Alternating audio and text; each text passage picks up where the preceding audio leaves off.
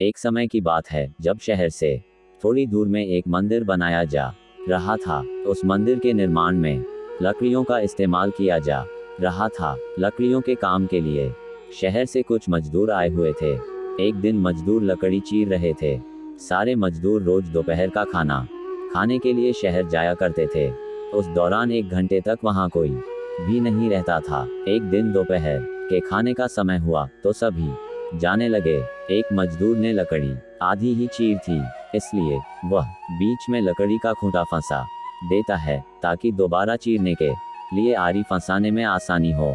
उनके जाने के कुछ समय बाद बंदरों का एक समूह वहां जाता है। उस समूह में एक शरारती बंदर था जो वहां पड़ी चीजों को उल्टा पुल्टा करने लगा। बंदरों के सरदार ने सभी को वहां रखी चीजों को छेड़ने से मना किया।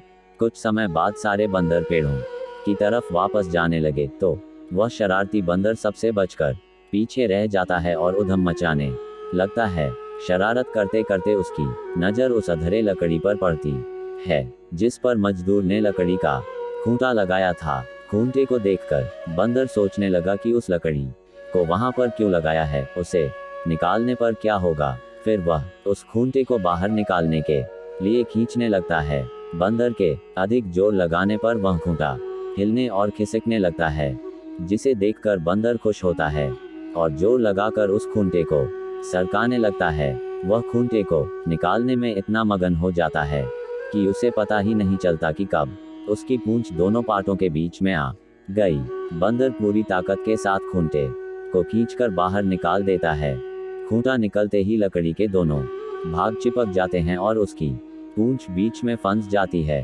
पूंछ के फंसने पर बंदर दर्द के मारे चिल्लाने लगता है और तभी मजदूर भी वहां पहुंच जाते हैं। उन्हें देखकर बंदर भागने के लिए जोर लगाता है तो पूंछ टूट जाती है। वह चीखते हुए टूटी पूंछ लेकर भागता हुआ अपने झुंड के पास पहुंच जाता है।